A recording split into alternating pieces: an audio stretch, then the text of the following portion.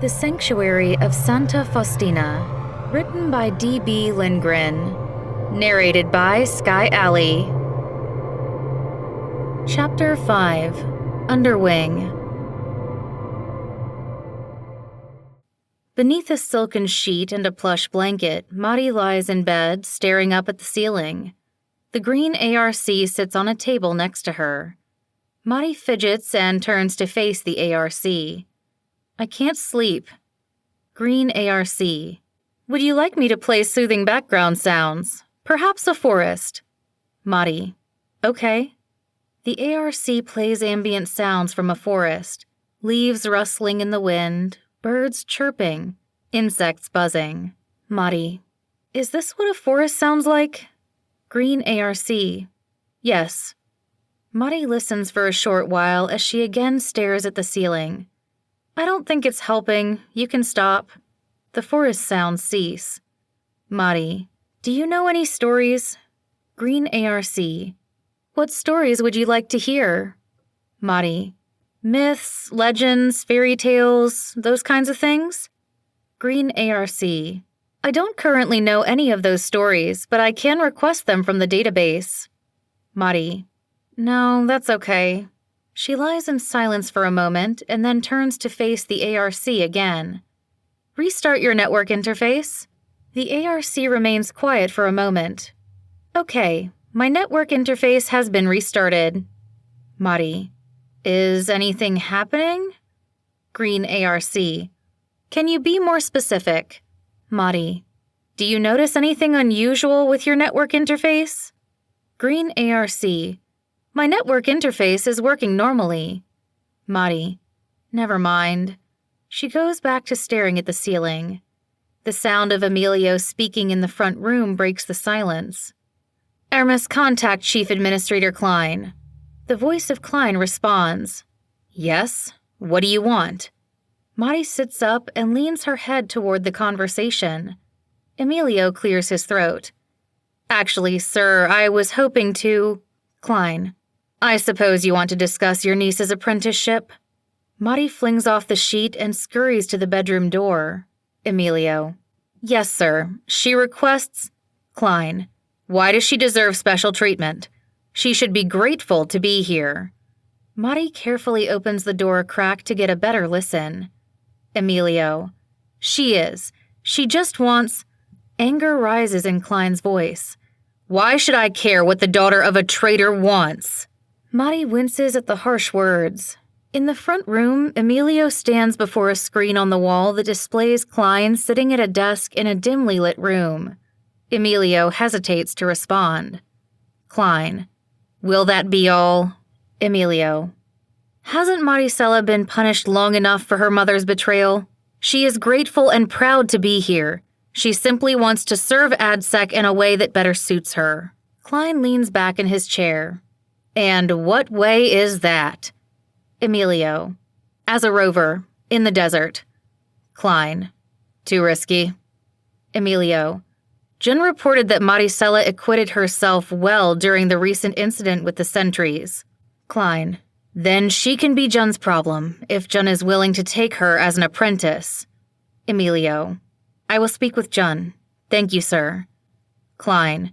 Don't thank me yet. Your niece will have an extremely short leash. If she does anything I don't like, she'll be back in a cubicle monitoring surveillance feeds. Emilio. Yes, sir. As Emilio's and Klein's conversation comes to an end, Marty closes her bedroom door and darts back to bed under the covers. Outside her room, footsteps approach her door. Marty shuts her eyes. Emilio opens the door and peeks inside. He looks at Marty, who lies still, pretending to be asleep. Dr. Meyer sits in a chair in her laboratory, analyzing a holographic display of Marty's neural test results projected by her brown ARC. Dr. Meyer. Now overlay S. Munoz EEG8. A second set of neural test results superimpose upon Marty's results, highlighting similar electrical activity. Dr. Meyer. Interesting. The projection above Dr. Meyer's ARC switches to Klein's shadowy visage. Dr. Meyer lets out a sharp gasp at the sudden transition. Klein. Dr. Meyer. Dr. Meyer. Chief Administrator Klein, you startled me. Klein. Why hasn't neuroimaging been performed yet? Dr. Meyer. Radiology still needs to calibrate the optical imaging scanner? Klein. Then have them do an MRI instead. Dr. Meyer. If this is what I think it is, an MRI might be dangerous. Klein. I want neuroimaging completed tomorrow. I don't care what the excuses are. Dr. Meyer. Yes, sir. Klein's image disappears as Mari's neural test results return. Dressed in their long Light Rover clothing and backpacks, Mari and Jun approach the locked gate at the perimeter of Santa Faustina. Jun's purple ARC Soma and Mari's green ARC hover nearby. In front of the gate with his arms crossed stands Guard Captain Duncan Cole, sporting a buzz cut, a tidy goatee, and a square jaw. He carries a holstered pistol and wears a uniform of boots, slacks, and a short-sleeved collared shirt. An orange ARC hovers next to him. Jun. Cole, why are you here? Cole. Chief Administrator Klein asked me to reiterate that you are responsible for the safety of this young woman. At the first sign of any danger, you are to contact the control room immediately. Jun. I know how to do my job. Cole. And I'm just doing mine. Jun and Cole exchange unyielding glares. Jun. Go ahead, Maricela. Cole does not move as Mari walks past him and up to the gate. A small portal slides open in the ground in front of Mari.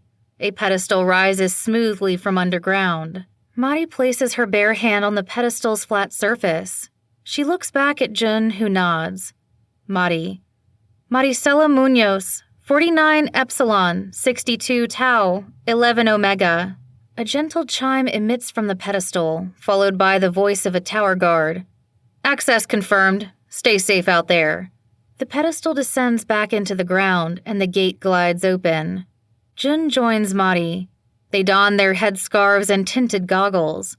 Cole watches them as they pass through the open gate, their ARCs hovering beside them. They continue into the open desert plain that surrounds Santa Faustina. Mari turns to Jun. Who was that back there? Jun. Duncan Cole, head of security, one of Klein's lackeys. Not worth talking about. Instead, let's talk about you. I'm glad your apprenticeship was reassigned to me. I think you have potential. Mari. Oh, thank you. I'll do my best. Jun. Roving is rewarding but demanding work. When you're out in the desert, you must be vigilant. You must always keep your eyes open. Mari. What are we looking for? Jun. What do you think we're looking for? Mari. Anything suspicious or out of place? Jun chuckles. You've been in AdSec for only a few days and you're already spouting the company line. Yes, we're looking for the suspicious or out of place. But we're also looking for the expected or familiar. Even familiar things can be dangerous. Mari. Like the ants? Jun. Exactly. Under the morning sun, Jun leads Mari further into the desert.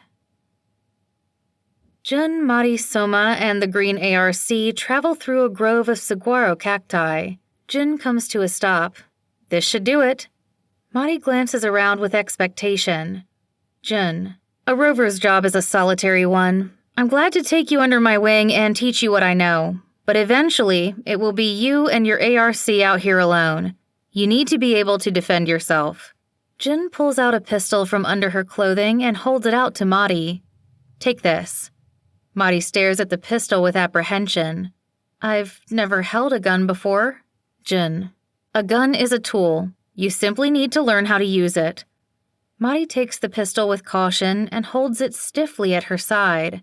Jun points at a mature cactus about 20 feet away. Keeping your finger off the trigger, raise the gun and point it at that cactus. Mari raises the pistol with one hand and shakily points it at the cactus. Like this? Jun. Spread your feet apart. Support the gun with both hands. Steady your aim. Mari follows Jun's instructions. Jun.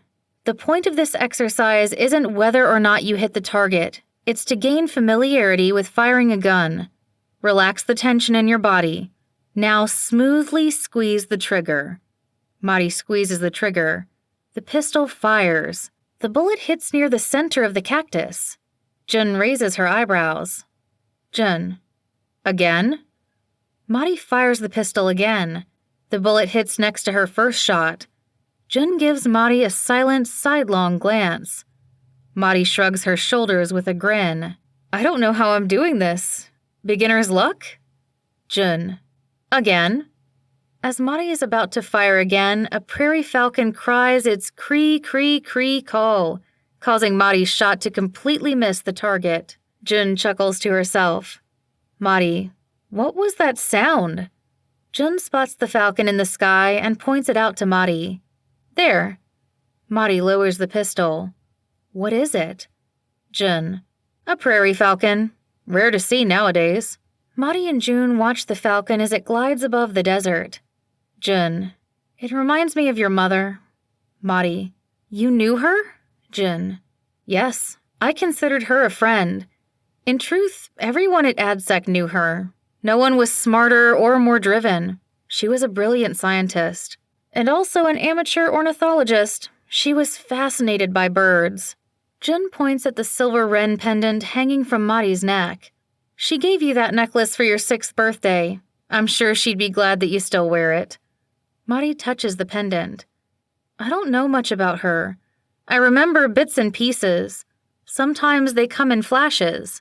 Jun, know that she loved her work, and she loved Santa Faustina, and she loved you. Mari, then why did she betray us? Anger rises in Mari's voice. Why did she abandon us? In rapid succession, Mari raises her pistol, aims at the same saguaro cactus, and fires 3 rounds that each hit dead center. Mari, my uncle told me the truth. Jun gently places her hand on Mari's arm and lowers the gun. Jun holds out her hand and Mari relinquishes the pistol. Jun, truth can be a tricky thing, Maricela. It's not always as absolute as we would like. Mari, what does that mean? You think she didn't hack us? Jun returns the pistol beneath her clothes. I don't know, but if she did, I doubt her goal was to harm us. Mari, but she did harm us. We're stranded in the middle of a desert, cut off from the rest of the world. Her sabotage keeps us imprisoned here. Jun, perhaps our prison is actually our sanctuary. We don't know what has become of the world after the shutoff. Mari, maybe nothing happened. Maybe everyone went on with their lives, without us. Jun, unlikely. Someone would have found us by now. Our government knows how important our work is and would have sought to retrieve it. Likewise, our enemies would consider us a valuable target. The fact that no one has come for us suggests a dire outcome for the outside world. Mari, so we're just going to stay here forever? Jun, it's worked for almost 10 years so far. Everyone and everything we've sent beyond the range of our jamming signal has never returned, even drones. We know most were attacked by the ants, but others were simply never heard from again. Mari slumps her shoulders. Maybe Santa Faustina is all we have and all we'll ever have. Jun nods. And we must do everything we can to protect it. That's why we're out here. Let's get moving. Mari, you still haven't told me where we're going. Jun, to visit Tanatia. Mari, the sun god? Amid a particularly flat and desolate stretch of desert, a sea of solar panels stretches out before Jun, Mari, and their ARCs. Each bank of solar panels is attached to a platform that tracks the movement of the sun across the sky. Jun, you'll recall that our previous foray into the desert got a bit hectic. Mari, that's one word for it. Jun, our jamming signal was compromised due to power fluctuations originating here. She waves her arm toward the power station. This is Tonatia's solar station, Santa Faustina's primary power source. We're here to identify the problem. Jun starts walking along the perimeter of the solar array. I'll take this side. She points opposite of the direction she is walking. You take that side. Perform a visual inspection while your ARC does an ultrasonic scan. Contact me if you find anything. As Jun and Soma move away, Mari and her ARC proceed in the opposite direction. Mari: ARC, run an ultrasonic scan on each solar panel as we pass and report any unusual electrical behavior. Green ARC: performing scan. Mari scrutinizes each solar panel as she passes, running her eyes and hands along the flat surfaces. As Mari turns a corner around a bank of solar panels, she comes to an abrupt stop. In front of her lies a deactivated ant drone. Mari takes an instinctive step backwards. She turns to her ARC and speaks in a hushed tone. ARC, contact Jun. Green ARC, contact established. Mari: June, there's an ant over here. Jun's response transmits through the green ARC. Take cover and hold your position. I'm on my way. Mari retreats behind the bank of solar panels. Jun: what is the ant doing? Mari peeks her head around the corner. Nothing. It looks shut down. Jun: I'm checking in with the control room. I'm almost to you. A moment later, Jun runs up to Mari, who continues to stare at the ant drone. Mari: how did it get here? Jun: I don't know. It shouldn't be possible. She peers around the corner at the deactivated ant. Control wants us to investigate. Jun addresses Soma. Soma, move in and observe the ant drone. Soma floats toward the ant. Jun turns to the green ARC. ARC, connect with Soma and display its visual feed. Above the green ARC projects a hologram of Soma's field of vision, with the ant drone in the center. As Soma approaches the ant, Jun and Mari scrutinize the hologram. Jun: it looks like one of its legs punctured a power conduit. She points to the ant drone's rear left leg on the hologram. Soma, zoom in on the ant's back left leg. The hologram zooms in on the ant drone's rear left leg and shows the limb piercing a power conduit at the base of a bank of solar panels. Jun: that explains our power fluctuations. Soma, scan for electrical activity. The hologram adds a visual overlay of electrical activity showing electrical current flowing from the bank of solar panels into the ant drone via the ant's leg. That's odd. It looks like the ant is siphoning power from the solar array. That shouldn't... The hologram cuts out. The green ARC begins to flash red and sound an alarm. Jun hurriedly glances around the corner to see the now active ant drone detach itself from the power conduit. Next to the ant, Soma flashes red and sounds an alarm. The ant drone steps toward Jun. Jun ducks back behind the corner. Damn! Jun pulls out her pistol from under her clothes. She calmly stands and pivots toward the ant drone, aiming her pistol at it. Mari stands next to Jun, who shakes her head. Mari holds her ground. Jun steadies her aim. Jun: Maricela, I want you to run back the way we came as fast as you can. Mari: you said we can't outrun these things. Jun: I intend to slow it down. Just run. The green ARC emits a loud whine. Mari and Jun cover their ears. Mari: what is that noise? As the whine rapidly becomes louder and higher pitched, the green ARC flies at the ant. Green ARC: get down! Mari and Jun throw themselves to the ground. The green ARC slams into the ant drone and explodes.